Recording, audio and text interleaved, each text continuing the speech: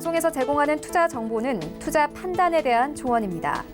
방송에서 제공하는 주식의 가치, 가격 상승 및 가격 하락에 대해서는 방송사에서 보장하지 않습니다.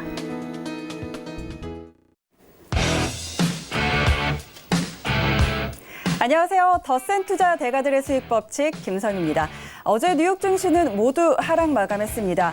FOMC 회의 결과 예상대로 금리는 동결이 됐습니다. 그러나 제롬 파월 연준 의장이 앞으로 당분간 금리 인하 계획이 없다는 뜻을 내비추자 이에 실망한 매물들이 쏟아져 나오면서 증시를 끌어내렸습니다. 오늘 우리 증시는 외국인과 기관의 동반 매수에 힘입어서 상승 마감에 성공을 했는데요. 상승세 이어가던 환율이 조금 안정세를 보이자 외국인 수급이 개선이 된 모습이었습니다. 그런데 5월에는 팔고 떠나라라는 말이 있죠. 일단 첫 거래일 상승으로 기분 좋게 출발을 했지만 앞으로의 장은 어떻게 봐야 할지 투자 전략 오늘 이 시간 함께 하시면서 챙겨가시기 바랍니다. 더센 투자 언제든지 열려 있습니다. 방송 보시면서 궁금한 점 생기거나 상담 받아보고 싶으신 분들은요. 전화번호 02-3153-2585번으로 전화 주시면 오전 9시부터 오후 6시까지 상담 받아보실 수 있습니다. 투자와 관련한 모든 상담 해드리니까요. 낮 시간에는 이쪽으로 전화하셔서 상담 받아보시고요. 또 방송 통해서 상담받고 싶으신 분들은 문자번호 샵 4989번으로 문자 보내주시면 됩니다. 저희가 방송 통해서 상담 도와드릴 테니까요. 문자로 꼭 먼저 예약하셔야 된다는 점 기억해 주시기 바랍니다. 자, 그럼 오늘 함께할 전문위원 소개해드립니다. 대규모 자금 투자의 달인, 철저한 리스크 관리의 박철순 전문위원입니다. 네, 안녕하세요. 네, 안녕하세요. 네, 오늘은 좀 외롭습니다. 네, 항상 두 분이 함께 하시다가 오늘부터 이제 혼자서 하실 텐데 오늘부터는 또 업종 분석 이야기도 한번 해주신다고요? 네, 맞습니다. 일단은 예병군 의원님이랑 계속 방송을 진행하다가 오늘 또 처음 혼자 방송을 좀 하게 됐는데요. 네. 일단은 지난 방송에도 말씀드렸다시피 오늘부터는 조금 산업에 대한 부분들도 좀 설명을 드리고요. 그 산업 내에서 어떤 종목을 또 투자해야 되는지 발굴하는 법까지 여러분들께 설명드릴 테니까요. 교육이 끝나고 종목까지 소개를 해드릴 예정입니다. 방송 끝까지 참여하셔서 좋은 종목도 찾아가시면 좋을 것 같습니다. 네, 박철순 의원님의 이야기 잠시 후에 들어보도록 하고요. 자, 오늘부터는 업종 분석부터 또 종목 이야기까지 함께 해주신다고 하니까요. 여러분들이 이 시간 함께 하시면서 하나씩 체크해 가시면 투자에 많은 도움 얻어가실 수 있을 것 같습니다. 자, 그럼 이 시각 글로벌 경제 이슈들부터 확인하고 가도록 하겠습니다. 전유진 캐스터 나와주시죠.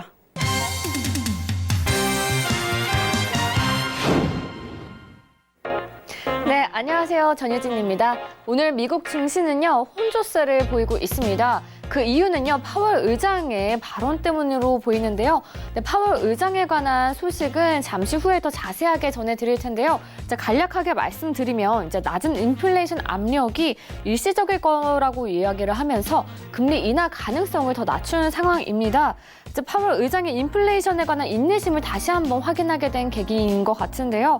파월 의장 발언 이후에 국채 수익률은 상승한 것으로 보입니다. 2.52%에 거래되고 있는 상황인데요.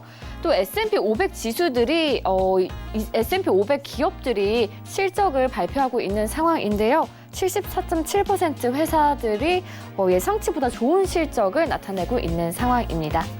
네, 다음 소식은요. 미국과 중국이 다음 주 금요일에 무역 협상 타결을 발표할 가능성이 있다고 CNBC가 발표를 했습니다. 네, 기존의 부관 징벌적 관세 존치 문제 등 이제 핵심 쟁점 사안에 대해서 진전이 있는 것으로 보이는데요. 이제 미국이 중국산 제품 2천억 달러어치에 대해서 10% 관세를 즉시 철폐하는 양보안을 제시한 상황입니다. 다만 미국이 중국산 제품 500억 달러에 대해서는 25% 관세를 2020년 대선까지 유지할 것으로 보입니다. 다음은요, 이제 아까 방금 말씀드렸듯이 파월 의장에 관한 소식인데요. 인플레이션 둔화가 일시적인 요인 때문이라고 제롬 파월 연방준비제도 의장이 발언을 했습니다. 또 연준이 금리 인하나 인상의 필요성이 없는 상황이라고 이야기를 했는데요. 1분기 근원 인플레이션이 예상치 못하게 둔화했다면서 최근 가격 압력이 약해진 것은 일시적 요인 때문이라고 이야기를 했습니다. 연준이 이제 여전히 2%의 인플레이션 목표 달성을 위해서 전념하고 있는 상황이라고 이야기를 했는데요. 시간이 지나면 2%대로 복귀를 할 수 있을 것이라고 이야기를 했습니다. 최근 몇 년간 인구 통계학적인 이유와 다른 글로벌 요인으로 인해서 인플레이션이 계속해서 하락해 왔다면서 일시적 요인 등을 계속해서 주시하겠다고 이야기를 한 상황입니다. 1분기에 예상했던 것보다 빨리 경제 생산성이 늘었고 또 3월 이후 지표도 좋은 상황이라고 이야기를 하면서 노동시장도 살펴보면 더 성장할 가능성이 있고 또 임금도 지난 5년간 꽤 안정적이라고 이야기를 했습니다. 그러면서 미국 경제가 건강한 상태라고 이야기를 했는데요. 지난 회의에서는 대차 대조표 축소 중단을 결정을 했었죠. 이제 대차 대조표 구성과 관련해서는 위원들이 만기 논의를 시작을 했다면서 올해 말까지 결정을 할 수 있을 것이라고 발언을 한 상황입니다. 저는 또 속보 나오는 대로 바로 전해드리도록 하겠습니다. 네, 이 시각 글로벌 경제 이슈들까지 확인하고 돌아왔습니다. 자, 아무래도 오늘은 FOMC 회의 결과 그리고 제롬 펄 의장의 발언이 조금 큰 이슈가 아닐까 하는데요. 저희 위원님과도 이야기 이어서 가도록 하겠습니다. 네, 방금 소식도 그렇고요. 지금 일단 금리는 동결이 됐어요. 네네. 그런데 제롬 파월 연준 의장은 경제 성장이 지금 좀 좋은 상황이고 인플레이션이 목표치에 미치지는 못하지만 일시적인 상황이다. 네네. 그렇기 때문에 뭐 추가적인 인하는 없을 거다. 네네. 사실 이렇게 좀 일축을 했어요. 네. 사실상 따지고 보면 인상도 인하도 없다는 건데 네네. 그런데 이 트럼프 대통령은 금리 인하를 또 요구를 하고 있고 네, 그렇죠. 또 일각에서는 연말까지 뭐 한 차례 정도는 추가적인 금리 인하가 있을 것이다. 이렇게 보는 예측들이 좀 나오고 있는데 네네네. 우리 위원님은 좀 어떻게 보세요? 자, 사실 일단은 지금 방금 말씀하신 대로 FOMC 결과 이후에 금리가 동결이 되면서 뭐 실망 매물이 나왔다 이런 뉴스들이 좀 많이 나왔던 것 같아요. 네. 하지만 일단은 사실 지금 실망 매물이라고 하기보단요. 일단 최근에 주가가 그만큼 너무 많이 올라온 상태였습니다. 그래서 주가는 상당히 고점이라고 보고 있는 상태였고요. 네. 그렇기 때문에 최근 들어서 주가가 계속적으로 변동성이 좀 커지고 있다라고 보여지는 것 같아요. 자, 일단은 지금 실망 매물이 아니라요. 주가가 많이 올라왔기 때문에 차익 매물이라고 보는 게 훨씬 더 맞는 표현일 것 같고요. 일단은 연말까지 가더라도 사실상 금리를 추가적으로 내릴 확률은 그렇게 상당히 높아 보이지 않는다는 점에 비춰봤을 때 일단은 금리에 대한 부분을 너무 신경 쓰지 않으셔도 될 것 같습니다. 그렇다고 하더라도 지금 사실 주가가 계속적으로 올라가고 있잖아요, 지금. 네. 그래서 사실 미국 증시에 대해서 관심이 많은 분들이 있습니다. 요즘 최근에 사실 해외 주식도 상당히 많은 투자자분들이 손을 대고 있는 상태이기 때문에 더 관심이 높아지고 있는 상황일 텐데요. 네. 일단 지금 상승한다고 해서 무조건적으로 베팅하기는 사실상 조금 위험한 순간이다라고 보시면 될 것 같고요. 실제로 보시면 아시겠지만 지금 종목별로 굉장히 편차가 심합니다. 네네. 특히나 실적에 따라서 주가가 급등하는 종목들도 있고요. 하락하는 종목들도 있는데요. 예를 들어서 뭐 제너럴 일렉트릭이라든지 애플 같은 경우는 네. 실적을 좋게 발표하면서 사실 급등하는 모습을 좀 보여줬고요. 뭐 3M이라든지 또는 구글의 모기업이죠. 알파벳과 같은 기업들은 오히려 기대에 못 미치는 좀 실적을 발표하면서 사실 주가가 또 급락하는 모습을 보였습니다. 네. 그래서 시가총액 상위 기업들이라고 해서 무조건적으로 베팅을 하면 절대 안 되는 시기고요. 일단은 실적과 같은 안정적인 모멘텀이 있는 종목들이 아니라면 절대로 베팅을 하시면 안 되는 그런 리스크가 좀 있는 구간이다라고 네. 보시면 될 것 같아요. 자, 그리고 사실 지금 미국 증시가 좀 잘 가고 있는 여러 가지 네네. 요인들이 있습니다. 뭐 지난주에도 나왔던 얘기지만 미국의 1분기 GDP 성장률이 4년 내 최고 수준을 기록을 했죠. 네. 사실 얼마 전에 이제 미국이 사실 셧다운을 진행을 했었기 때문에 그렇죠. 이런 것들을 좀 감안했을 때는 사실 수치가 굉장히 잘 나왔다라고 보여지거든요. 네네. 그래서 이런 것들도 사실 금리와 더불어서 주가 상승에 조금 힘을 실어줬었다라고 좀 보시면 될 것 같고요.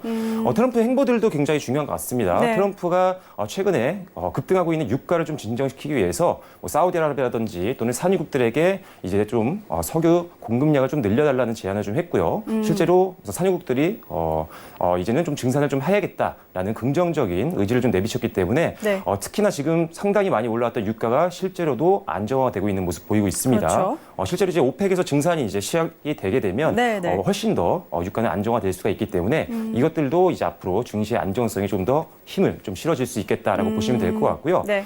또 역시나 미중 무역 협상에 대한 부분들을 빼놓을 수가 없는 상황이잖아요. 그렇죠. 네, 그래서 지금 지난 30일이었죠. 고위급 회담이 베이징에서 열렸고요. 네. 그리고 오늘 이제 8일이죠. 또 이제 워싱턴에서 또 고위급 회담이 진행이 될 예정입니다. 그렇죠.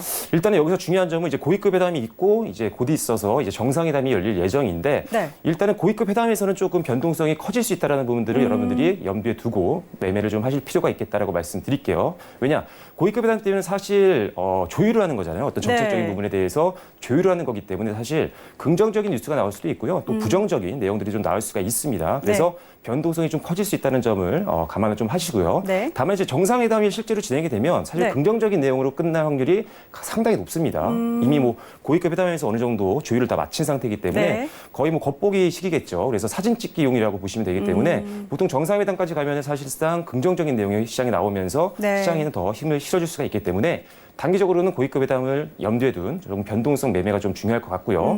정상회담이 진행이 된다면 조금 더 공격적인 배팅 스탠스를 좀 취하시는 것도 좋을 것 같다고 보시면 될 것 같습니다. 네. 자, 그러면은 지금의 뭐 금리에 대한 부분은 네네. 현재 지금 미증시가 내려온 거는 실망 매물이 아니라 차익 매물이다. 네네. 뭐 내려올 때가 돼서 내려온 거다라고 말씀을 해주시는 것 같고 또 역시 뭐 지수 자체보다는 종목별로 좀 봐야 한다 이런 네네. 말씀을 좀 해주셨어요. 그리고 미중 무역 협상과 같은 다른 이슈들도 종합적으로 또 유가까지 네. 종합적으로 생각을 해봐야 한다 이렇게 말씀을 해주셨습니다. 자, 그러면 우리 시장 이야기도 한번 해볼게요. 자, 네네. 미증시 이렇게 좀 조정을 받았어요 어제. 그러면서 우리도 좀 하락 출발을 했는데 네. 어쨌든 오늘 상승 반전했거든요. 자, 그런데 많이 하는 얘기가 사실 5월엔 팔고 떠나라 이런 네. 얘기도 많이 하고 오늘 첫 거래일인데 일단 상승을 했고 네. 현물 시장도 외국인의 수급이 좋았고요. 선물 시장도 외국인 그렇죠, 수급이 그렇죠. 좋았습니다. 자, 이런 부분은 우리 시장은 좀 어떻게 봐야 될까요?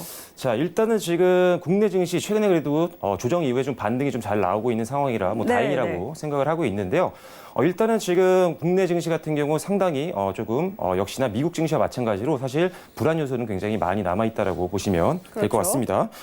일단은 지금 올해 들어서 국내 증시 추세를 보면은 상승 추세가 끝나진 않은 상황입니다. 일단 계속적으로 조금 올라가고 있는 추세이기 네. 때문에 하지만 이 계속적으로 상승을 이끌었던 것은 기대감이라는 부분이었는데요. 뭐 미국과 중국의 무역 협상 타결에 대한 기대감도 있었고요. 네. 그리고 FOMC 금리에 대한 부분들도 좀 있었고요. 그리고 글로벌 경기가 바닥이다. 이제는 좀 반등을 할 것이다라는 것들도 기대감으로 작용을 하면서 국내 증시 올해 들어서 계속적으로 상승세가 좀 나왔던 것 같습니다. 네. 하지만 지금 기대감만으로는 사실 상승 랠리가 지속될 것이다라고 보기에는 사실 우리나라 국내 증시의 기초 체력이 상당히 낮아져 있는 상황이기 그렇죠. 때문에 사실 네. 뚜렷한 모멘텀이 없이 지금 올라온 거니까요. 네, 맞습니다. 예. 맞습니다. 이렇게 눈으로 확인이 되지 않는 기대감으로 좀 올라왔던 상황이었기 때문에 사실 굉장히 지금 주가는 좀 불안한 수준이다라고 보시면 될 것 같고요. 이런 기대감만으로 올라왔는데 주가는 굉장히 좀 많이 올라온 상태이기 때문에 역시나 하락에 대한 대비를 역시 하셔야 되는 구간이다라고 보시면 될 것 같습니다. 네. 자, 거기다가 일단은 지금 안정된 실적이라든지요, 또는 예. 실제적인 경기 지표 개선과 같은 이런 눈으로 확인할 수 있는 정보가 노출이 되지 않는다라고 한다면 지금 주가는 언제든지 좀 조정을 받을 수 있는 구간이다라고 보셔야 되기 때문에 확실히 변동성에 대비한 포트폴리오가 중요할 것 같습니다. 네. 앞서도 뭐 해외 증시를 할 때도 말씀을 드렸다시피요. 네. 지금은 전 세계적으로 굉장히 실적에 의해서 주가가 움직이는 경우가 굉장히 많이 있습니다. 그렇죠. 뭐 한국 같은 경우도 사실 최근에 뭐 LG 플러스나 한미약품 같은 경우는 호실적을 좀 발표하면서 좀 급등세가 나와줬고요. 네. 뭐 반면에 지금 뭐 녹십자라든지 뭐 현대제철과 같은 기업들은 오히려 기대치에 못 미치는 실적을 발표하면서 낙폭을 늘리는 모습을 보였습니다. 그렇기 때문에 주가가 생각보다 빠지지 않고 위에서 좀 버티고 있긴 하지만 역시나 종목별로 엄청난 변동성을 보여주고 있기 때문에 네. 실적과 같이 특히나 눈으로 보이는 실적입니다. 예를 들어서 어떤 기대감만으로 올라가는 실적이 아니고 바로 실적에까지 반영될 수 있는 재료가 있는 기업들 위주로 베팅을 하셔야 되지만 지금 같은 변동성이 커질 수 있는 장에서 안정적인 좀 수익을 낼 수 있다는 점을 여러분들이 좀 참고를 하시고 네. 포트폴리오를 철저히 실적입니다. 실적 위주의 종목들로 편성을 하시면 좋을 것 같고요. 특히나 뭐 제약바이오라든지 이렇게 거품이 좀 많은 기업들, 네. 예를 들어 뭐 임상이 나오거나 이렇게 되면요, 사실 주가에 반영이 돼서 급등하는 경우도 많은데 사실 뭐 임상을 한다고 해서 뭐 매출에 바로 연결이 되는 것이 아니죠. 임상 일상이 끝나더라도 실제 제품이 판매가 되기까지는 상당히 오랜 기간이 걸립니다. 그렇죠. 그래서 이런 바로 실적에 연결이 되지 않는 재료들로 움직이는 종목들은 사실상 지금은 조심해야 되는 구간이다라고 보시면 될 것 같고요. 역시나 앞서 말씀드린 것처럼 실적이 가장 중요하다는 점 네. 참고하셔서 포트폴리오를 조금 더 보수적으로 운용을 하시면 좋을 것 같습니다. 그러면 눈에 좀 보이는 확실한 재료를 가지고 좀 대비를 해라 이런 네. 말씀을 해주시는 것 같고 자 5월인데 또 한 가지 이야기를 해야 될 것이 있습니다. 네. 이 5월에 MSCI 지수가 변경이 되는데 이 중국의 A주 비중이 확대가 될 계획이에요. 그렇게 네. 되면 우리의 비중은 자연스럽게 좀 줄어들 거고 그렇죠. 그렇다면 외국인의 수급이 좀 빠져나갈 게 걱정이 되는데 네. 우리 시장에는 사실 좋은 건 아니잖아요. 그렇죠. 이 부분은 사실 또 어떻게 봐야 될까요? MSCI 지수의 이제 비중이 축소가 된다는 것들은요, 사실상 뭐 좋은 내용들은 아닙니다. 예. 어떻게 보면 악재에 가깝죠. 왜냐?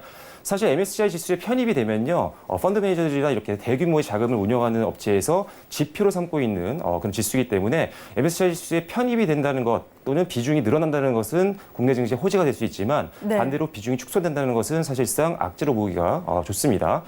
지금 중국 A주의 비중도 확대가 될 예정이고요. 거기다가 뭐 아르헨티나라든지 기타 여러 나라들 신규 편입되는 국가들도 좀 있기 때문에 네. 상대적으로 지금 한국 증시에서 비중은 당연히 축소될 수밖에 없다라고 보여지고요. 네. 당분간은 조금 이제 패시브 자금들이 좀 빠져나갈 수 있다는 것은 염두에 두셔야 됩니다. 네. 하지만 뭐 시장에 이렇게 크게 뭐 영향을 줄 만한 정도까지는 아닐 것 같아요. 약간의 좀 변동성을 줄 수 있겠지만 네. 금방 또 회복할 수 있는 상황일 것으로 보고 있고요. 어떻게나 사실 전체적으로는 좀 악재라고 볼 수는 있지만 네. 악재에만 너무 집중하실 필요는 없다라고 보고 있는 상태입니다. 네, 네. 예를 들어서 지금 뭐 메리츠 중공업이라든지 뭐 현대 엘리베이터 같은 기업들 오히려 신규 편입이 될 것으로 좀 예상을 하고 있는 기업들입니다.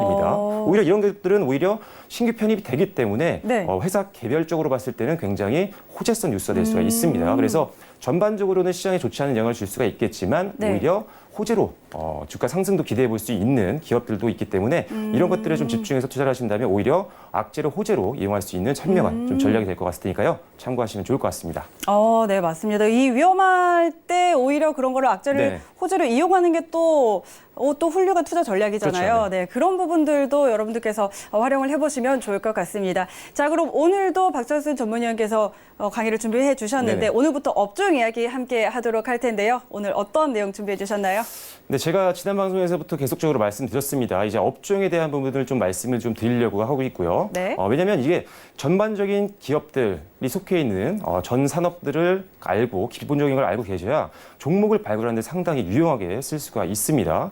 단순히 개별적인 어떤 이슈로 종목을 사는 것이 아니라서요.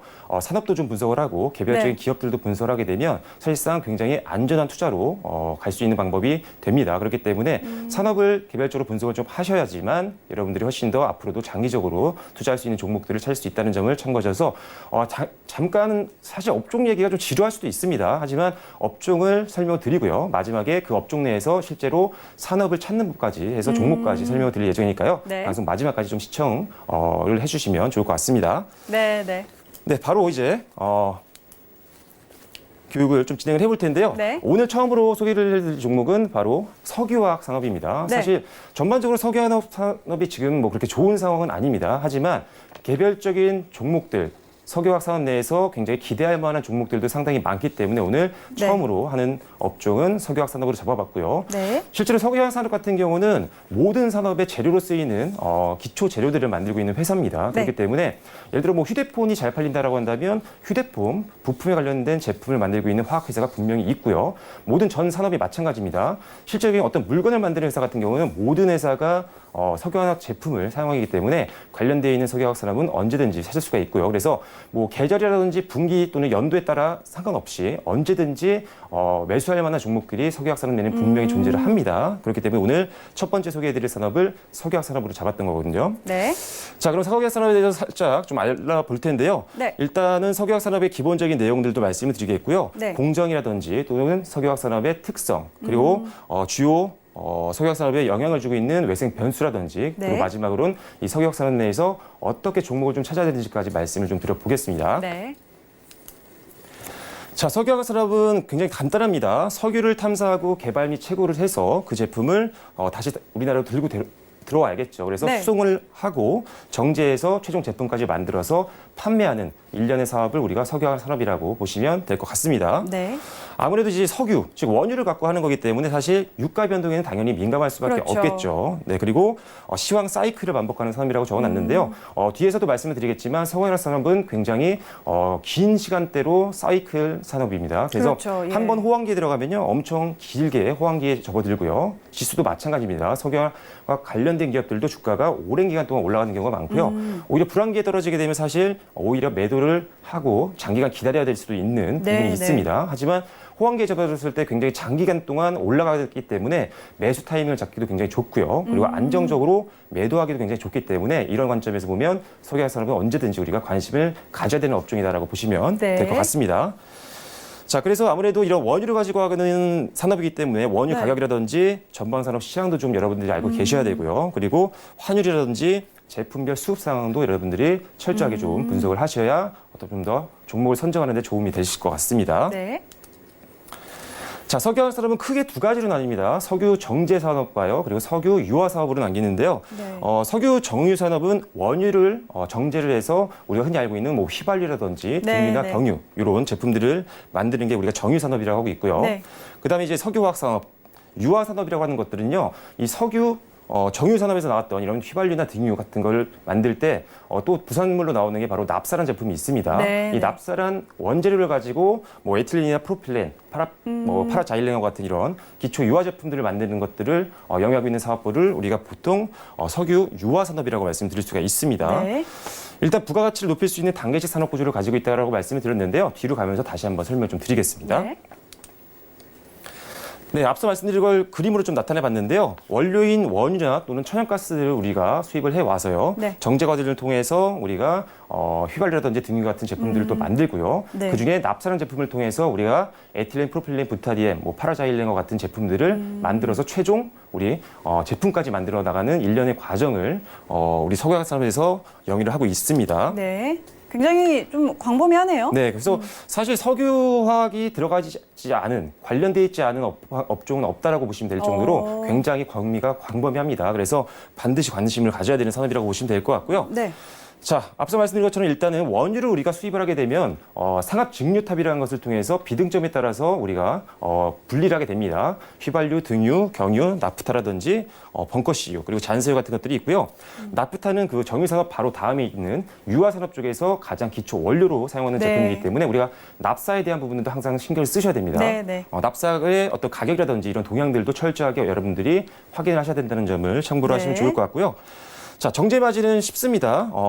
실제 마진을 말하는 겁니다. 우리가 원재료를 사와서 제품을 만들어서 팔았을 때 남는 마진이라고 보시면 되는데요. 이 정제 마진의 수치를 우리가 계속적으로 확인을 해줘야 석유화학 업황이 지금 좋은지 나쁜지 확인할 수 있기 때문에요. 우리가 보조지표로 사용하는 가장 대표적인 것이 바로 정제 마진이라는 것도 여러분들이 네. 참고를 하시면 될 것 같습니다. 그래서 뭐 원유 가격도 잘 알아야겠지만 납사의 가격도 아셔야 되고요. 네. 그리고 정제 마진 수치들도 계속적으로 확인을 하셔야 된다는 점 참고하시면 될 것 같습니다. 네.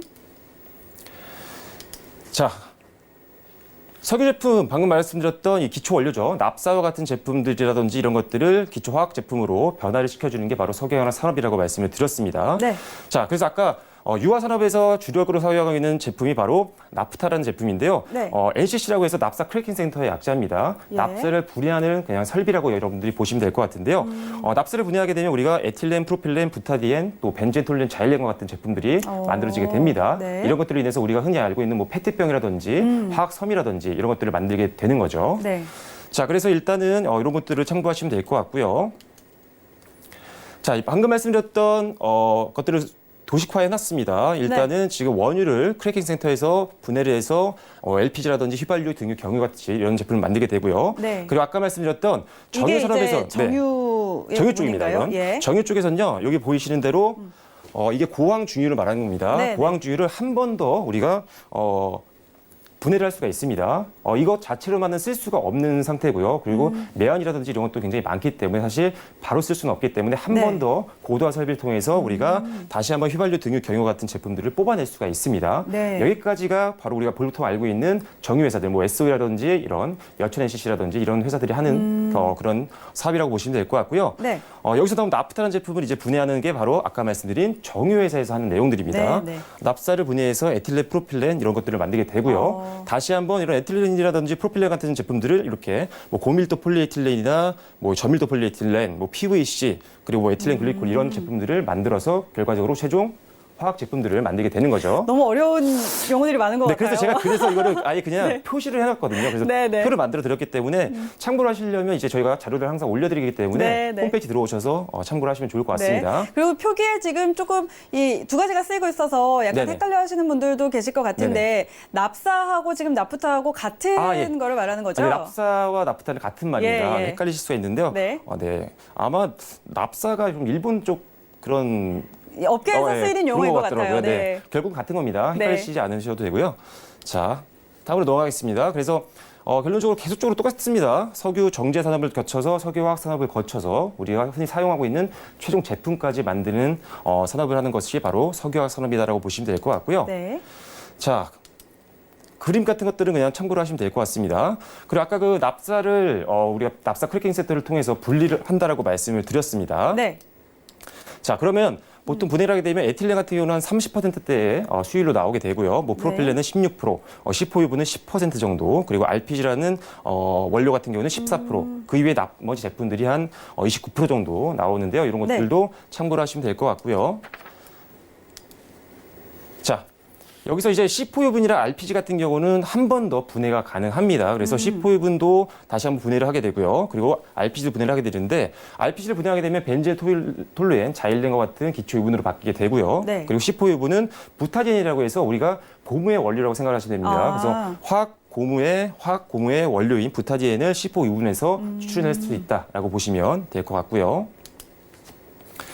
자, 그래서 결국적으로 이런 여러 가지 기초 유분들을요, 다양한 화학 반응을 통해서 실제 우리 제품들로 사용을 하게 되는 겁니다. 그래서 네. 뭐 기초 유분 한 개를 뭐 중합 반응을 거쳐서 뭐 폴리에틸렌이라든지 폴리프로필렌 등을 만들게 되는데요. 이런 것들로 인해서 우리가 흔히 사용하고 있는 뭐 타이어에 사용되는 고무라든지 네. 또는 합성 섬이라든지 또는 뭐 페인트와 같은 도료 같은 경우나 또는 기타 플라스틱 제품들도 만들 수 있게 되는 거죠. 네. 자, 석유 산업의 특성을 한번 말씀드릴 텐데요. 네. 앞서도 말씀드렸다시피 핵심 소재를 제공하고 있는 산업이다라고 보시면 될 것 같습니다. 네. 뭐 자동차라든지 전자, 건설, 굉장히 다양한 산업의 기초 재료를 우리가 화학 산업에서 공급을 하고 있는 산업입니다. 그렇기 네, 때문에 네. 산업의 쌀이라고 불릴 정도로 굉장히 중요한 산업이란 거죠. 자, 그래서 기존 소재를 대체합니다. 뭐 천연 원료라든지 뭐 천연 제품들, 뭐 예를 들어서 천연 뭐 섬이라든지 이런 것들을 합성 섬유가 대체하고 있죠. 이렇게 기존에 있었던 이런 기존 소재들을 대체함으로써 이런 삶의 편의도 굉장히 개선시켜주고 있고요. 그렇죠. 그리고 이제 소비자들의 다양한 욕구에 맞는 제품들을 화학적으로 만들어낼 수가 있기 때문에 굉장히 다양한 삶의 질을 높이는 데 영향을 주고 있는 산업이다라고 보시면 될 것 같습니다. 그래서 이제 모든 산업에 사용되는 원료를 생산하고 있는 그런 네, 산업이기 네. 때문에 주도 업종과 관련된 기업들이 항상 존재를 하고 있습니다. 만약에 뭐 자동차 업종이 지금 호황기다, 그럼 자동차 업종도 당연히 투자를 해야 되겠지만 네. 그 업종에게 뭐 재료를 납품하고 있는 화학회사가 분명히 있습니다. 네, 그래서 네. 동시에 투자를 하게 된다면 사실 각 회사 갖고 있는 개별 악재를 좀 피할 수 있는 분산 투자가도 될 수가 있기 때문에 항상 석유화학 산업은 언제든지 조금씩은 관심을 가지고 비중을 좀 가지고 있으면 좋다라고 보시면 될 것 네. 같고요. 또 같이 잘 되면 또 시너지를 얻을 수 있는 네, 그렇죠. 부분이기도 하겠네요. 아무래도 한 기업에 너무 비중을 많이 실게 되면 사실 예. 개별 리스크에 굉장히 취약할 수밖에 그렇죠. 없잖아요. 그렇기 때문에 석유화학 산업들도 항상 병행 투자를 하신다면 훨씬 더 안정적으로 투자를 할 수 있다는 점을 참고하시면 관심이 더 생기실 것 같습니다. 네. 그래서 앞서 말씀드린 것처럼 지금 뭐 파이프라든지 자동차 같은 제품들을 대체할 수 있는 석유화학 소재가 바로 뭐 PVC나 폴리프로필렌 이런 제품들이 있고요. 네. 뭐 유리를 대체할 수 있는 뭐 폴리프로필렌과 ABS 같은 제품들이 있고 그리고 목재나 종이, 고무 이런 기존 소재들을 대부분 화학 제품들로 다 대체를 할 수가 있습니다. 그래서 이런 것들은 표를 조금 참고를 하셔서 활용을 하시면 될 것 같고요. 네. 자, 석유화학 산업의 두 번째 특성은 자본 및 기술 집약형 장치 산업이라는 부분입니다. 우리가 콤비나트 산업이라고도 말씀을 좀 드릴 수가 있는데요. 네. 자, 대규모 설비 투자가 소요가 됩니다. 굉장히 작은 규모의 산업들이 아니고요. 그러다 보니까 한번 공장을 설립하게 되면요, 굉장히 많은 비용이 들어가게 됩니다. 네. 보통 뭐 한 개 단지를 건설하는데 40억 달러 이상이 된다라고 할 정도로 굉장히 큰 규모의 산업이고요. 대신에 기술력만 확실히 확보가 된다라고 한다면 굉장히 장기적으로 시장에서 점유율을 유지를 하면서 꾸준하게 수입을 또 뽑아낼 수 있는 산업이기 때문에 굉장히 또 유리한 점이 있는 산업이다라고 볼 수가 있을 것 같습니다. 네. 일단은 아무래도 규모의 경제가 작용할 수밖에 없는 것 같고요. 기술 선점 효과가 굉장히 높은 산업이기 때문에 특히나 국내 석유화학 기업들 상당히 전 세계적으로도 기술력을 인정받고 있는 기업들이 굉장히 많이 있습니다. 그렇죠. 그렇기 때문에 뭐 굉장히 투자하기도 굉장히 좋은 기업들이 많은 산업이다 보니까 관심을 가질 수밖에 없는 것 같습니다. 자, 그리고 사이클 산업이라고 말씀드렸는데요. 일단은 먼저 제조 원가의 한 60에서 80% 정도가 원료비가 차지를 합니다. 그렇기 때문에 아까 유가라든지 이런 네. 납사와 같은 기초 원재료의 가격을 우리가 계속적으로 주시를 해야 된다는 점을 다시 한번 말씀을 원료비가 드리게요. 네. 차지하는 부분이 굉장히 큰 편인 거죠? 네, 엄청 높은 편이죠. 다른 산업들에 비해서. 네. 자, 그래서 일단은 이런 원료비가 굉장히 많은 비중을 차지하기 때문에 유가 변동이라든지 또는 경기 변동에 밀접한 산업이다라고 보시면 될 것 같고요. 네. 그리고 이제 세계 경기라든지 수급 조건에 따라서 호황과 불황이 주기적으로 반복되는 사이클을 갖고 있습니다. 그래서 지금 방송 초반에 말씀드렸죠. 한 번 호황기에 들면 굉장히 장기간 동안 호황기가 유지가 되고요. 네. 한번 불황에 빠지면 다시 또 불황기가 굉장히 오래 갑니다. 네, 네. 토요일 보시면 아시겠지만 9년 정도의 사이클, 9년, 7년, 10년 정도의 사이클로 고점이 연결이 되어 있습니다. 그만큼 네. 한번 상승기에 접어들면은 굉장히 안정적으로 장기 투자하기 좋은 업종이기 때문에 특히나 장기 투자를 좋아하시는 분들이라면 반드시 관심을 가져야 되는 업종이다라고 보시면 될 것 같습니다. 네.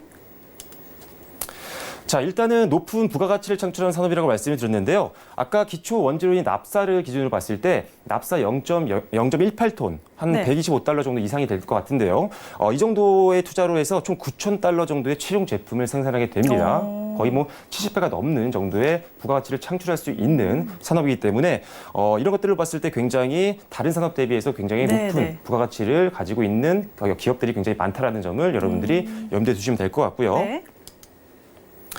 자, 그리고 첨단 산업의 성장 동력이 될 수가 있습니다. 앞서 말씀드렸다시피 역시나 여러 산업들의 재료를 납품하고 있는 기업들이기 때문에 사실 뭐 IT라든지 뭐 나노테크놀로지라든지 뭐 바이오테크놀로지라든지 지금 시장에서 관심을 받고 있는 모든 업종에 들어가는 재료들을 만들고 있는 기업이 바로 석유화학 기업들이다라고 보시면 될 것 같아요. 그래서 사실 뭐 IT 기업들을 좋아하시는 분들이라든지 뭐 이런 나노테크놀로지 좋아하시는 분들 또는 뭐 신소재에 관심 있는 분들도 반드시 화학산업에 연결 지어서 공부를 하시고 종목들을 발굴을 하셔야지 훨씬 더 안정적인 수익을 낼 수 있다는 점을 참고를 하시면 될 것 같습니다. 결국 네. 뭐 전 산업들이 마찬가지입니다. 화학과는 뗄래야 뗄 수 없는 관계이기 때문에 반드시 공부를 좀 하시면 될 것 같고요. 자, 과거에 이제 석기 시대를 거쳐서 뭐 청동기 시대도 있었고요, 철기 시대도 있었는데 화학 쪽에서는 이런 말이 있습니다. 그래서 석유화학 시대다라는 말이 굉장히 과거부터 흘러나오고 있었는데요. 네, 네. 석유화학 산업이 발전하는 순간부터 우리와는 굉장히 밀접한 연관이 있는 제품들이 다 석유화학 쪽에서 나오고 있는 상태입니다. 네. 굉장히 생계 밀착형 산업이기 때문에 우리 일상생활에 물과 공기와 같은 존재라고 제가 적어놨잖아요. 자, 우리가 지금 입고 있는 소지품에서 화학 제품을 빼면 거의 뭐 벌거벗었다라고 말씀드릴 수가 있을 정도로 네, 네. 사실 우리가 지금 주변에서 사용하고 있는 모든 제품들이 대부분 석유화학 제품들로 이루어진 경우가 많습니다. 거의 뭐 70% 이상이 석유화학 제품이라고 보셔도 무방할 것 같은데요. 네. 그만큼 석유화학 제품은 우리와 밀접하게 관련이 있기 때문에 굉장히 공부하기도 솔직히 어려운 부분도 있지만 굉장히 편하게 공부할 수 있는 부분들도 있습니다. 내가 뭐 예를 들어서 최근에 무슨 어떤 의류가 좀 잘 팔렸다라고 네. 한다면 그 의류에 들어가는 재료를 만들고 있는 화학회사를 찾으셔서 베팅을 하시면 굉장히 좋겠죠. 그래서 이렇게 생활과 밀접하게 연관되어 있는 산업이다 보니까 생활과 연결지어서 투자할 수 있는 기업들을 찾기도 사실상 굉장히 수월한 면이 있어서 석유화학 산업을 항상 여러분들이 관심이 필요하다고 계속적으로 강조를 드리고 네, 있는 겁니다. 자, 다음은 보시면 방금 말씀드린 겁니다. 우리가 뭐 안경이라든지 뭐 네. 상의라든지 손수건, 가방, 뭐 바지, 뭐 지갑, 신용카드 등등등 화학 제품이 들어가지 않는 것들이 없죠. 그만큼 우리와 밀접한 관련이 있는 산업이라고 보시면 될 것 네, 같습니다. 사실 그 석유화학이라고 하면 네네. 좀 뭐 그냥 일반적으로 생각하기에는 뭐 자동차에 들어가는 휘발유나 이런 쪽으로만 생각을 해서 네. 사실 요즘은 친환경 쪽으로 많이 바뀌고 있잖아요. 그렇죠, 그렇죠. 래서 좀 이제 사양산업이 아닌가 이런 생각이 네. 드는데 사실 주변에 굉장히 많네요. 그렇죠. 이게 보통 앞서 말씀드린 것처럼 지금 원유라든지 이런 석유 쪽, 이쪽만 생각하시는 분들이 네, 많이 네. 있습니다. 그런데 화학 제품들은 실제 우리가 사용하고 있는 최종 제품까지도 지칭을 하는 말이기 때문에 사실 굉장히 다양하게 사용을 하고 있는 거죠. 그래서 언제든지 우리가 석유화학 산업들에게는 투자할 수 있는 기업들이 있다라고 보시면 된다라고 말씀드릴게요. 네. 자, 그리고 농업과 업에 굉장한 혁신을 줬던 산업이 바로 석유화학 산업입니다. 자, 뭐 19세기 말에 뭐 전 세계 인구가 약 16억 명 정도라고 치면 지금 현재 인구가 60억이 넘었나요, 지금? 뭐 그 네. 정도가 됐겠죠. 네. 그래서 사실 지금 이런 석유화학 산업이 농업과 업에 굉장히 혁신을 줬기 때문에 사실 몇몇 국가들을 제외하고는 사실 기아에 허덕이는 나라들이 그렇게 많지는 않죠. 지금 상황에서는. 많이 개선이 됐죠. 네, 그렇죠. 뭐 예를 들어 비닐하우스라든지 이런 밭작물 보호 비닐과 같은 제품들 때문에 농업도 굉장히 많이 발전을 했고요. 네. 또는 뭐 부표라든지 어업용 밧줄과 같은 것들이 아주 튼튼하게 만들어졌기 때문에 네. 이제는 뭐 수련만 하는 그런 방식이 아니라 어업도 이제 우리가 직접 키우고 관리하는 수준에 와 그렇죠. 있기 때문에 사실 굉장히 어획량도 굉장히 많이 늘어났습니다. 그래서 사실 농업과 어업에 굉장히 영향을 많이 줬던 산업이 석유화학 산업이다라고 보시면 될 것 같아요. 자, 그리고 뭐 천연자원 보존이라든지 환경 보호 쪽에도 굉장히 도움을 많이 주고 있는 상태입니다. 뭐 대체 소재를 개발하지 않았다면 우리가 천연 소재밖에 쓰지 않았겠죠. 그럼 당연히 뭐 산림이라든지 이런 천연 자원들이 고갈될 수밖에 없는 상황이었는데 이런 것들을 우리가 화학 제품으로 대체를 하면서 사실상 굉장히 천연자원에 대한 고갈을 막을 수가 있었던 겁니다. 그래서 이런 것들도 참고를 하시면 될 것 같고요. 네. 자, 기타 이런 내용들은 읽으면 충분히 이해하실 수 있는 내용들이라 가볍게 좀 넘어가도록 하겠습니다. 자, 그리고 석유화학 산업의 주요 외생 변수들이 있습니다. 주가라든지 이런 것들에 영향을 주고 있는 변수들이 좀 있는데요. 네. 일단은 앞서 말씀드린 원재료 가격이 가장 크다라고 네. 말씀을 드렸습니다. 제조원가의 한 60에서 80%라고 말씀을 드렸다시피 그래서 이제 유가라든지 아까 기초 화학 산업의 원재료인 납사에 대한 부분들도 여러분들이 조금 관심을 가셔야 되고요. 네. 그리고 기본적으로 원재료 가격이 제품 가격 결정에 굉장히 크게 영향을 주기 때문에 반드시 원재료 가격을 참고를 하셔야 된다는 점 확인을 하시고요. 자, 그래서 우리가 이런 WTI, 뭐 서부산, 텍사스산 원유와 같은 이런 유가도 굉장히 여러분들이 확인을 하셔야 되고요. 네. 납사에 대한 가격들도 사실상 스팟성으로 알기는 좀 어렵긴 하지만 그리고 인터넷에 검색하시면 어느 정도는 여러분들이 확인을 할 수가 있습니다. 그래서 원유뿐만 아니라 납사 가격도 항상 석유화학 산업을 투자하기 전에는 항상 참고를 하시고요. 네. 그 뭐 네. 다른 부분들도 있을 것 같은데 원유하고 납사 같은 부분만 확인을 하면 되나요? 아니면 네네. 굉장히 많은 산업군들이 있으니까요. 자, 그래서 일단은 이런 겁니다. 원유와 납사는요 가장 기초가 되는 재료고요. 그 뒤에 네. 아까 뭐 부타젠이라 그런 네, 기초 네, 이분들의 네. 가격들도 당연히 네. 투자를 하기 전에는 확인을 하셔야 됩니다. 그리고 예를 들어서 이런 것도 있죠. 전방 산업들을 보는 겁니다. 네. 화학 제품을 사용해서 제품을 또 만드는 회사들이 있을 거 아니에요. 네, 예를 들어서 네. 뭐 합성 섬유를 만드는 회사들이 막 잘 올라간다고 하면 그 회사의 제품을 납품하고 있는 회사를 찾으시면 됩니다. 석유화학 산업 중에. 그러면 전방 산업이 잘 올라가고 있을 때는 관련되어 있는 지금 후방 산업 및 화학 회사를 찾으시면 되는 거죠. 그래서 네. 전방 산업에 있는 이런 기초적인 지표들도 여러분들이 확인해 가시면 조금 더 종목을 발굴하는데 훨씬 더 유용하게 사용을 하실 수 있을 것 같습니다. 네, 네. 자, 그리고 외생 변수 당연한 겁니다. 이제 제품별 수급 상황이라든지 가동률도 여러분들이 확인을 하셔야 되는데요. 네. 자, 원재료 가격에 더불어서 이제 제품 수급 상황을 보시면 당연히 원재료 가격이 어떻게 변할지도 좀 우리가 예측을 할 수가 있겠죠. 그래서 네. 수요와 공급이라든지 가동률도 체크를 하셔야 됩니다. 뭐 수요와 공급은 당연히 여러분들이 잘 아실 것 같고요. 네. 가동률은 단순합니다. 예를 들어 석유 산업을 예로 들자고 한다면 원유를 정제해서 만드는 회사들이 있을 거 아니에요. 뭐 SO일 같은 회사들. 네. 전 세계 가동률을 또 우리가 리서치가 되어 있는 자료들을 우리가 인터넷에서 충분히 확인을 할 수가 있습니다. 만약 전 세계적으로 가동률이 막 올라가게 되면 당연히 공급량이 늘 수밖에 없겠죠. 그렇죠. 그래서 당연히 원재료의 가격은 내려갈 수밖에 없고요. 화학 제품도 가격이 내려갈 수밖에 없습니다. 그래서 이런 것들 가동률을 체크하게 되면 앞으로의 이런 원재료 가격이라든지 이런 것들이 어떻게 흘러갈지를 예상을 할 수 있기 때문에 그렇게 예상을 하면서 관련되어 있는 기업들을 반대로 찾아가면 또 역시나 투자할 만한 기업들을 우리가 이제 선택을 할 수가 있다는 겁니다. 그래서 항상 수급 상황이랑 가동률도 여러분들이 참고를 좀 해주시면 좋을 것 같고요. 네. 자, 이런 식으로 인터넷에 찾아볼 수가 있습니다. 네, 수요와 네. 공급에 대한 지표들을 여러분들이 충분히 찾아볼 수가 있고요. 뭐 예를 들어서 뭐 증권사에서 나오는 리포트를 보시더라도 충분히 최근 자료들을 확인할 수가 있기 때문에 관심 있는 분들은 직접 찾아보시면 될 것 같습니다. 네. 이것도 수요와 공급에 대한 그래프고요. 자, 다음 외생 변수는 정유 제품의 마진 추이를 말씀드릴 수가 있을 것 같습니다. 네, 네. 원유 가격과 심플 마진 상관도가 나와 있고요. 원유 가격과 크랙 마진의 상관도 그리고 복합 정제 마진이라는 세 가지 마진이 나와 있는데요. 영어라서 좀 헷갈릴 수가 있는데요. 심플 마진은 굉장히 단순합니다. 원유를 정제해서 아까 말씀드린 휘발유 경유 첫 번째로 만들어지는 네, 게 네. 휘발유 경유 등유 같은 제품들이었잖아요. 네. 그것을 만들어서 팔았을 때 남는 마진을 바로 우리가 심플 마진이라고 보시면 될 것 같고요. 크랙 마진 같은 경우는 아까 그 원유를 가공했을 때 나오는 것 중에 네. 중진리라고 있었습니다. 바로 네, 사용할 네. 수 없고 한 번 더 고도화 설비를 통해서 다시 한번 휘발유 경유 등유를 만드는 그런 공정인데 네, 네. 이때 나오는 마진을 우리가 크랙 마진이라고 할 수가 있고요. 마지막 복합 정제 마진은요. 기업마다 이제 고도화 비율이 좀 다릅니다. 그래서 이 고도화 비율에 맞춰서 원유부터 최종 제품까지의 실험 제품을 팔았을 때 나오는 마진은 우리가 복합 정제 마진이라고 하는데 네, 네. 여기서 우리가 세 개 다 확인할 필요까지는 없습니다. 다 확인하시면 좋겠지만 여기서 가장 중요한 것은 크랙 마진입니다. 크랙 마진의 상관도가 원유 가격과 가장 크다라고 적어놨죠. 아. 자, 다음 그래프를 보시면 이해가 편할 텐데요. 네. 자, 이제 과거 지금 유가의 그래프를 나타냈습니다. 유가의 흐름을 나타냈는데요. 네. 지금 이 그래프를 딱 보시고 다음 그래프를 보시면 가장 비슷한 게 사실 가장 위쪽에 있는 그래프잖아요. 그죠? 남색으로 되어 있는. 네. 자, 다시 그게 한번 볼까요? 네, 전 화면이 이 유가고요. 요 네. 다음 화면이 나오는 게 바로 크랙 마진 아. 그래프입니다. 자, 가장 위에 있는 그래프, 세 개의 그래프 중 가장 위에 있는 그래프가 네, 바로 네. 크랙 마진이고요. 네, 네. 중간에 있는 게 그리고 복합 정제 마진이고요. 가장 네. 하단에 있는 게 바로 심플 마진입니다. 그래서 보시면 아시겠지만 전에 있는 유가와 가장 그래프의 변동성이라든지 변동 네, 폭이 가장 비슷하고 유사하게 흘러가는 게 바로 가장 위에 있는 크랙 마진입니다. 네, 그렇기 때문에 크랙 마진은 가장 여러분들이 먼저 확인하셔야 된다는 점을 참고를 하시면 이런 될 것 부분도 같습니다. 그냥 쉽게 찾아볼 수가 있는 건가요? 네, 일단은 석유화학 국가에서 운영하고 있는 석유화학 공사에 들어가셔도 확인을 할 수가 있고요. 또는 증권사 리포트에 들어가셔서 석유화학 관련된 업종 리포트를 확인하시면 항상 최소한 정제 마진에 대한 그래프들은 항상 표시를 해주거든요. 그래서 네, 네. 그런 부분들을 여러분들이 참고하시면 좀 더 이해를 하시기 좋을 것 같습니다. 네.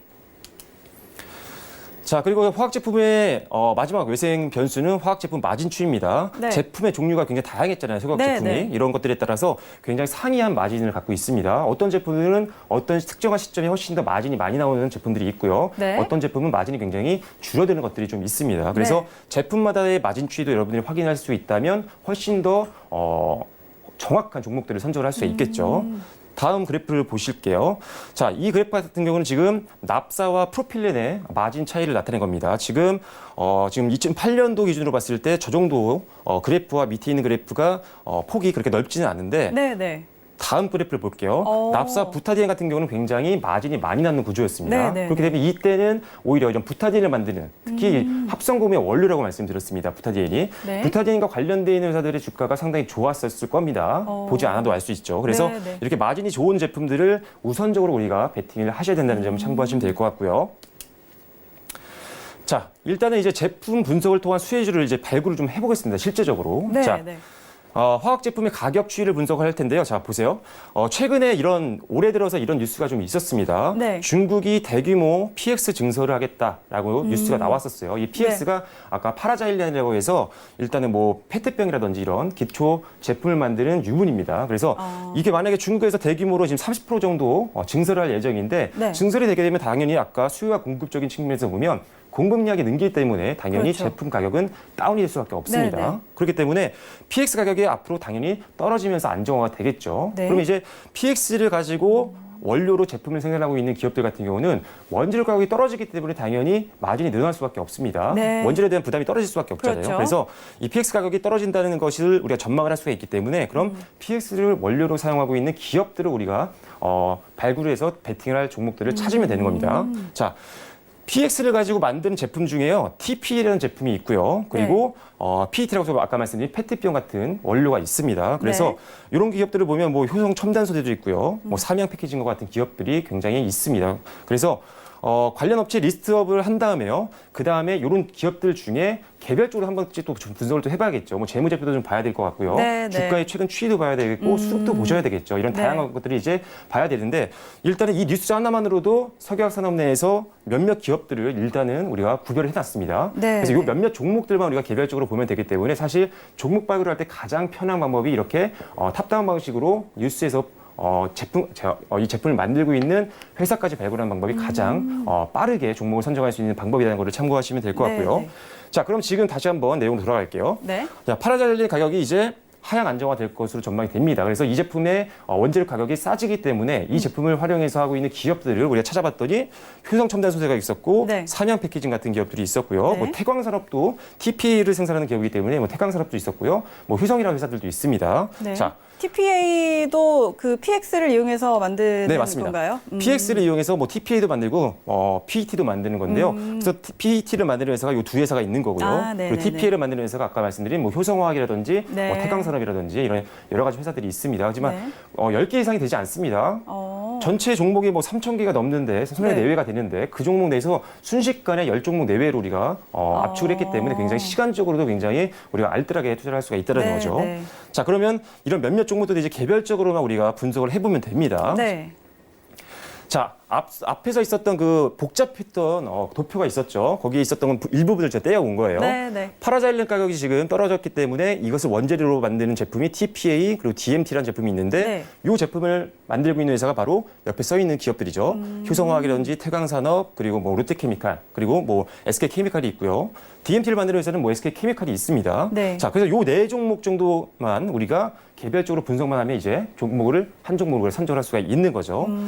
자, 그래서 일단 다 보긴 했는데요. 일단 그중에 가장 좋았던 기업을 예로 좀 들어보겠습니다. 지금 보여진 기업들 중에는 효성화학이 가장 그나마 안정적인 모습을 좀 보이고 있었는데요. 네. 자, 밑에 재무제표를 간단하게 좀 보면 사실 2018년도 하반기 특히나 이제 2018년도 4분기 때는 사실 네. 당기순이익이라든지 지배주주 순이익이 사실 적자를 기록했던 기업입니다. 네. 하지만 올해 들어서 일단은 완벽하게 좀 흑자전을 하는 모습을 좀 그러네요. 보이고 있고요. 올해 연말까지 오히려 계속적으로 순이익 성장률도 엄청나게 높아질 것으로 지금 가이던스가 나와 있는 상태이기 때문에 네, 네. 일단 거기다가 지금 앞서 말씀드린 것처럼 원재료 가격이 이제 떨어질 걸로 예상하고 있는 거잖아요. 네, 네. 그러면 굉장히 장기적으로 또 원재료 가격에 수혜를 입을 수가 있는 상태입니다. 그래서 일단은 이런 원재료 가격에 대한 부담도 없는 상태에서 실제로 흑전까지 한 기업이기 때문에 굉장히 안정적으로 베팅을 할 수 있다라고 말씀드릴 수가 있을 것 같고요. 네. 실제로 주가 차트를 보시더라도 상당히 괜찮습니다. 한번 주가가 크게 조정을 받은 이후에 소폭 상승을 해서 계속적으로 횡보음을 보이고 있고요. 하방 지지대도 굉장히 안정적으로 형성이 되어 있는 상태이기 때문에 사실상 기술적으로 들어가기에도 상당히 좋은 기업이라고 보여지고 있고요. 그리고 네. 재무제표상으로도 그리고 지금 전방 산업인 이런 원재료에 대한 가격적인 측면들도 앞으로 굉장히 우호적으로 바뀔 네네. 예정이기 때문에 지금 보여드린 5개의 기업들 중에는 효성화학이 상당히 매력적이었다라고 말씀을 좀 드릴 수가 있을 것 같아요. 네, 네. 자, 그래서 이렇게 종목까지 한번 봤는데요. 역시나 산업들을 계속적으로 여러분들이 공부를 하시게 되면 네. 어떤 상황에도 종목들을 굉장히 쉽게 찾아낼 수가 있고요. 그리고 훨씬 더 안정적으로 기업들을 분석해서 굉장히 리스크를 줄일 수 있는 투자로 포트폴리오를 운영할 수가 있게 됩니다. 그래서 네, 네. 산업 분석 사실 뭐 재미가 없긴 하죠. 산업 분석이 좀 어려운 부분들도 있고요. 조금 복잡한 부분들도 있겠지만 아주 기초적인 부분들 이 산업들이 어떤 변수들 때문에 그리고 보조지표 때문에 흘러가는지만 여러분들이 최소한만 알고 계신다고 하면 사실 종목을 찾는 것들이 그렇게 어렵지가 않습니다. 그래서 앞으로 있을 조금 산업 분석 같은 것들을 여러분들이 좀 참고를 하시고 그리고 네. 올려드리는 자료들도 좀 참고하시고요. 조금 더 디테일한 부분들이 궁금하시면 또 문의사항 주시면 또 다음 방송을 통해서 좀 설명을 네. 드릴 테니까요. 앞으로 산업에 대한 부분들 많이 기대해 주시고 네. 앞으로 종목들도 좀 많이 소개를 해드릴 예정입니다. 방송 마지막에 이렇게 실제로 그날 배웠던 산업에 대한 부분들을 이용해서 종목까지 찾는 법까지 여러분들께 말씀드릴 테니까요. 앞으로 방송 많이 좀 시청해 주셔서 투자하는 매매 스킬도 많이 배워갈 수 있었으면 좋겠습니다.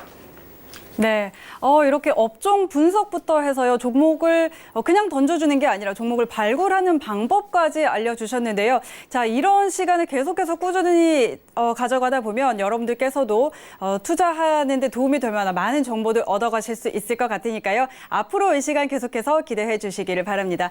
자, 그럼 저희는 다시 한번 글로벌 경제 이슈들 짚어보고 가도록 하겠습니다. 네, 다시 외신 소식이 돌아왔습니다. 오늘은요, 좀 영국의 소식인데요. 네, 브렉시트가 연기가 되면서 뱅크 오브 잉글랜드가요, 금리는 동결을 시키고 또 성장률은 상승을 한 상황입니다. 네, MPC가 만장일치로 0.75로 금리를 유지하기로 동의를 한 상황인데요. 10월까지 브렉시트 기한 연기를 합의를 하자 이 같은 결정을 한 것으로 보입니다. 중앙은행이요, 이제 GDP 전망치가 0.2%에서 0.5%로 예상이 되자 2019년 성장 전망치도 1.2%에서 1.5%로 상향시킨 상황입니다. 미국과 유로존 및 중국의 기대 성장이 낙관적인 것으로 좀 나오면서 상승으로 다시 이렇게 변화를 시킨 것 같은데요. 이제 영국 정부와 또 노동당 간의 새로운 협상안 타결을 위해서 계속해서 노력하고 있는 상황이기 때문에 많은 사람들이 우려하고 있는 노딜 브렉시트는 좀 가능성이 많이 낮아졌다라고 이야기를 하고 있는 상황입니다. 근데 브렉시트가 어떻게 될지 또 유럽이라든지 전 세계 경제에 많은 영향을 미치고 있는 상황인데요. 브렉시트에 관한 소식도 나오는 대로 바로 전해드리도록 하겠습니다. 네, 이번에는 영국에 대한 이야기까지 한번 듣고 돌아왔습니다. 자, 우리 전문위원님과 업종과 종목에 대한 이야기 나눠봤는데요. 자, 오늘은 또 효성화학에 대한 이야기를 해주셨어요. 근데 마지막으로 간단하게, 근데 저희가 지금 계속 얘기하고 있는 게 그래프만 봐서는 사실 투자를 할 수가 없다, 알 수 있는 게 없다. 근데 효성화학은 어떤 회사인가요? 네, 효성화학 아까 말씀드렸다시피 이런 파라자일렌을 원료로 해서 사실 기초 유분을 만드는 회사입니다. 아주 대표적인 화학 회사라고 보시면 될 것 같고요. 네. 자, 제가 계속적으로 우리 운용력 같은 경우는 사실 차트를 그렇게 많이 보는 편은 아닙니다. 네. 하지만 아까도 차트를 잠깐 보여드렸던 것들은 사실 매수 타이밍이라든지 매도 타이밍은 사실 조금 보고 들어가긴 하죠. 하지만 네. 기본적으로 이렇게 산업 분석과 더불어서 전방 산업이라든지 실질적으로 기업 매출이 오를 수 있을 만한 기업들을 발굴하려면 당연히 산업 분석이 들어갈 수밖에 없기 그렇죠. 때문에 예, 예. 여러분들께 계속적으로 앞으로 업종에 대한 부분들을 설명해 드릴 예정이라고 말씀드렸던 겁니다. 네. 일단은 뭐 한 번만 조금 좀 지루하더라도 좀 외워놓으시고 자료라도 좀 챙겨놓으신다면 네, 네. 사실 계속적으로 이용할 수 있는 거거든요. 그리고 네. 기초적인 내용은 사실 뭐 바뀌는 건 아닙니다. 뭐 화학 산업이 뭐 계속적으로 변화가 있는 것도 아니고요. 한 번만 개념을 좀 정리해 놓으시면 평생 주식을 매매를 하실 때 이용할 수가 있기 때문에 꼭 참고하셔서 여러분들이 매매 활용하시면 좋을 것 같습니다. 네, 알겠습니다. 오늘 말씀 고맙습니다. 네, 오늘 강의는 여기까지 한번 들어보도록 하고요. 저희가 준비한 내용은 여기까지입니다. 더 센 투자 대가들의 수익 법칙은 금융감독원과 방송통신심의위원회의 법규 및 자본시장통합법을 엄격히 준수하고 있습니다. 방송상 투자 관련한 상품의 권유 그리고 모객행위 엄격하게 금지하고 있음을 알려드립니다. 저희가 준비한 소식은 여기까지입니다. 내일 이 시간에도 저희와 함께 해주시기 바랍니다. 시청해주신 여러분 고맙습니다.